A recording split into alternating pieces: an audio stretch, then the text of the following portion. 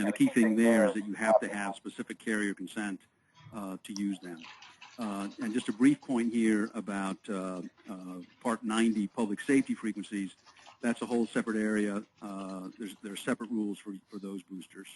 And I'm really focusing here on the consumer and industrial ones that can be used to enhance coverage for the typical cell phone user.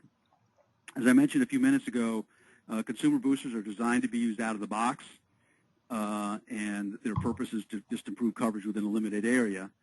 And they can also be used depending on whether you buy a wideband booster or a provider-specific booster, either to cover multiple providers or a single provider. And that would all, again, be subject to what the consumer got when they went to the store. The major carriers have all consented.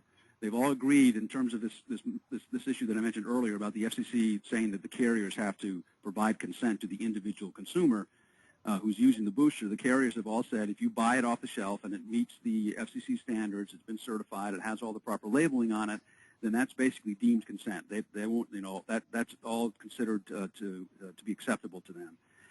The only other requirement for a consumer is that they have to register the equipment. So if you're a Verizon wireless customer, and you buy a booster for your own use, then you're supposed to go through their process for registering it. Same thing for Sprint or any of the other carriers. Now, one last point here is that if there are any issues, the carriers have the right to not only direct their customer to shut off the booster that the customer is using, but also they can actually go to the customer and cut off service if the customer doesn't comply. A little bit more on industrial boosters and what's the definition of industrial. This is important, or what qualifies as industrial. This is important because the consumer boosters are obviously useful in the single-family context or in a vehicle, but the FCC didn't really pay any attention to the MDU context. They were concerned that they seem to have presumed that industrial boosters would be used in the traditional context, such as an airport or a sports arena, that sort of thing. And they were really focusing on the consumer side as an individual residence, an individual vehicle with an antenna to pick up the signal, and then a cable connecting that to the booster itself that's then used, that then amplifies the signal for the user. So the first bullet here makes the point that it's technically feasible to connect more than one antenna to a booster. So you can have a single donor antenna that picks up the signal, transfers it to the booster, and then you can have multiple coverage antennas to basically expand the area that's being served by the booster. But most consumer installations will only come with a single antenna on either end. And if you try to modify the equipment, then it probably would be considered industrial. And there is one manufacturer that we're aware of that says that they've got FCC certification for multiple antennas. But beyond that, certainly if you modify it, that raises questions under the FCC's rules. That's the point of the second bullet there on the slide, which says that they're only supposed to be sold to the general public for personal use. So there's not really a presumption that you're going to be covering a wide area. As far as industrial boosters go, as I mentioned, carrier consent is critical here. So any kind of design has to be approved by the carriers. And it would be advisable, if you're thinking about putting some kind of wide area system in, that you get the carrier's consent, obviously, before going to that expense. And the last point here is, I think I said this earlier, but even if you're using the booster in accordance with FCC rules, in fact, even if you've gone to the trouble of designing a system and gotten carrier consent, if there are any problems that cause interference because of that fundamental point in the FCC's rules about protecting the licensed carrier, the carrier can direct the user to shut the booster down. A little bit now about the network protection standard and FCC certified equipment. We say we had to have at least one error in the slides. It's kind of like a Persian rug, I guess. We say here network performance standard, but it should be network protection. The traditional equipment, the old equipment, was really like a megaphone.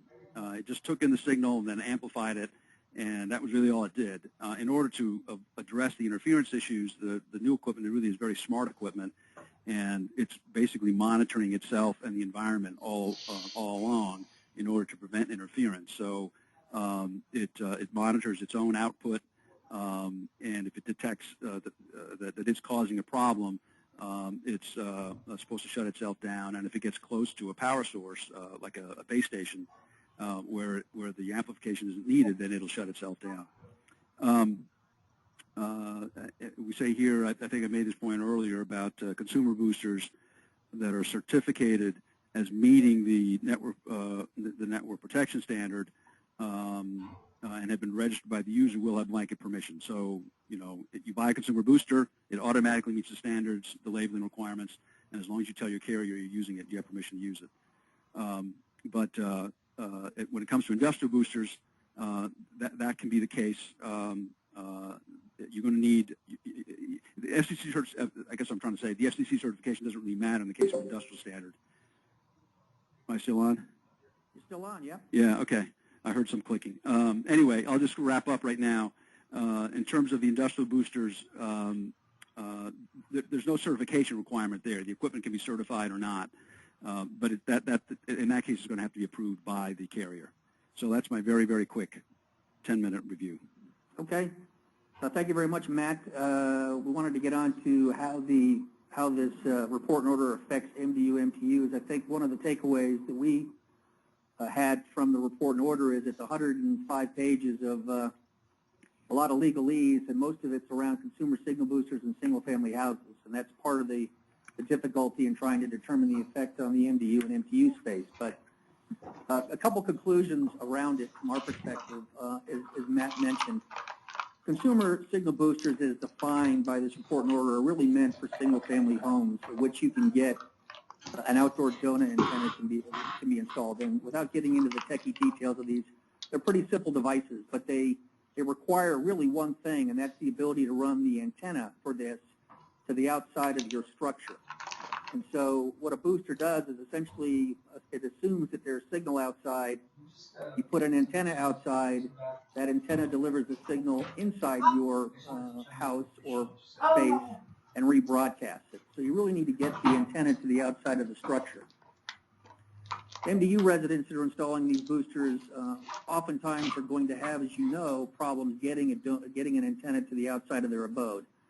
So unless you're in a garden-style apartment complex, perhaps, or in an apartment that's got a terrace or a patio, it oftentimes will be difficult and sometimes impossible, essentially, to get this kind of technology to work, simply because you can't get the antenna to the outside. That being said, as Matt alluded to also, there are multiple coverage antennas using a single rooftop antenna would solve that issue.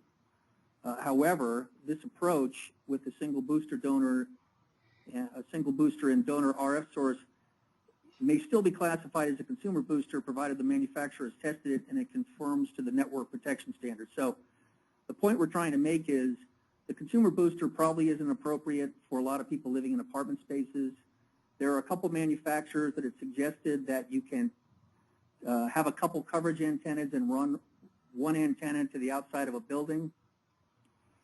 We believe that still meets the protection standards of the consumer booster, but it's a little up in the air, frankly. The bad news about the report and order is all around industrial boosters. So they define industrial boosters as any boosters that are not consumer boosters.